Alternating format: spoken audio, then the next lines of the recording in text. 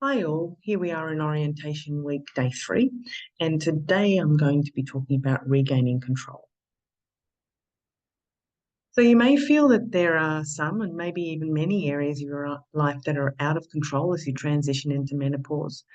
And the Thrive Through Menopause program has proven strategies in order to be able to support you to regain that control. Now, these proven strategies are from the latest research, and it's also our extensive clinical experience, both mine and the other experts that are being consulted through this program, that will also support you in this transition. And we've identified 5 pillars that we believe are necessary to address in this program in order to support you. The first of which is diet. Then we'll look at stress management and regulating our stress response. Next is sleep, and we'll address hot flushes within that particular week. Regular movement and exercise and anything that goes along with that will be looked at in the week following that. And the final week is going to be looking at our emotional well-being and the many different aspects that entails. So today's quote here, a journey of 1,000 miles starts with a single step. And I really hope that you take that step with us and continue to learn more about this wonderful program. So our first pillar, focus on food. As a naturopath and nutritionist, I do believe what you eat matters. So we will look at all things Mediterranean. We'll look at the Med diet. If you don't know about that, we'll certainly go through it blow by blow and explain it to you, and certainly different aspects of eating clean and eating seasonally. We'll certainly look at portion sizes and a word on fasting and how to do that safely and effectively. There are many women I see that are not getting results they need from fasting, and sometimes even it's detrimental to their health. So certainly doing that effectively. And both of those issues can lead to weight loss, which of course can have as a result of the way that we eat. I'll look at staying hydrated and most definitely address caffeine and alcohol and how we can still use those and have them in our lives, but do it so that we're also healthy and maintaining weight. And we'll look at different nutrients, and particularly in some herbs that can be needed through menopause and where to get them. We'll provide you with recipes, breakfast, lunch and dinner, and some snack ideas. And with our expert this week, we'll focus on frequently asked questions around the Mediterranean diet and other things like food prep and so on. Second week is going to be stress less and certainly regulating our stress response, which of course is absolutely integral in supporting our hormones and balancing our lives. We will look at different ways that the stress affects us and affects our digestive system and sleep and so on. And we'll also have strategies, of course, meditation and breath work and simple strategies to implement into your life through the handouts and through the guided meditations and breath work from our experts. The third pillar is sleep, and sleep is absolutely integral. In hopefully the weeks prior, so the first week and the second week, will also be supporting you to get better sleep. But we'll do a deep dive into sleep and how it is disrupted and what we can do about that. We'll also examine hot flushes and how they play into our menopausal transition and perhaps disrupt our sleep and what we can do about them.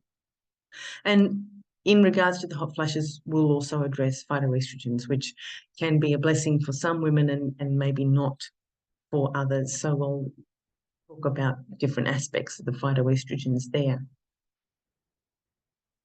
Fourth pillar is move it or lose it, and we'll certainly look at exercise and many different kinds of exercise and what could be more useful than not to be incorporating, and how to start if you haven't and certainly continue if you have, and the different aspects around our joints that we need to consider through menopause. So many of those frequently asked questions will be answered as well in that week. And the emotional well-being is our final week. And this is really important, looking at our emotional transition as well as our physical transition. and, addressing some of the issues that have come up for women that I've been working with, and we'll look through those with our expert Joy, our psychotherapist, to actually look at developing emotional resistance, or certainly emotional resilience. We'll look at how to develop a healthy body image, which is absolutely integral, and we'll also look at the crone archetype, which has had a lot of negative press as far as I can see, but in fact is actually a very powerful position. So we'll reclaim that. I like to track progress, and so I think in order to be able to stay on track and to see that things are working, it is really important to track the progress. And so we've got many different ways that we can manage to do that throughout the course, and there will be handouts for you in each week's around the pertinent information for that particular day and week, and some other ways in order to be able to track what's happening. But today we'll be looking at the symptom score sheet. So you may be experiencing many of the symptoms, or some of the symptoms on the symptom score sheet that you can download today. And I would really encourage you to look at the symptoms and either put a 0 for none, 1 for mild, 2 for moderate, and 3 for severe in regards to how that symptom disrupts your daily life. So you can see where you are when you start. It's almost like a line in the sand from which to work, and then we can track your progress through the different weeks and look at the strategies that you've been able to put in place that can actually decrease these symptoms. I also wanted to take the chance to do just remind you to do a check of the things that we just need to keep a handle on as we transition through menopause.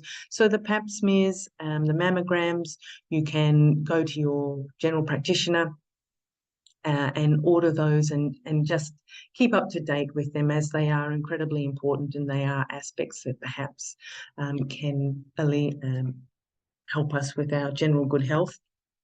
Pathology testing also is really, really important. And as we transition through menopause, we have cardiometabolic changes often. So our fasting glucose and cholesterol and blood pressure readings might actually change, and to be monitoring them is really important. Also, vitamin D status for women, perhaps, or even homocysteine, other aspects that you might want to ask your GP about, and/or naturopath. You may want to do a DEXA scan just to get a baseline for bone health.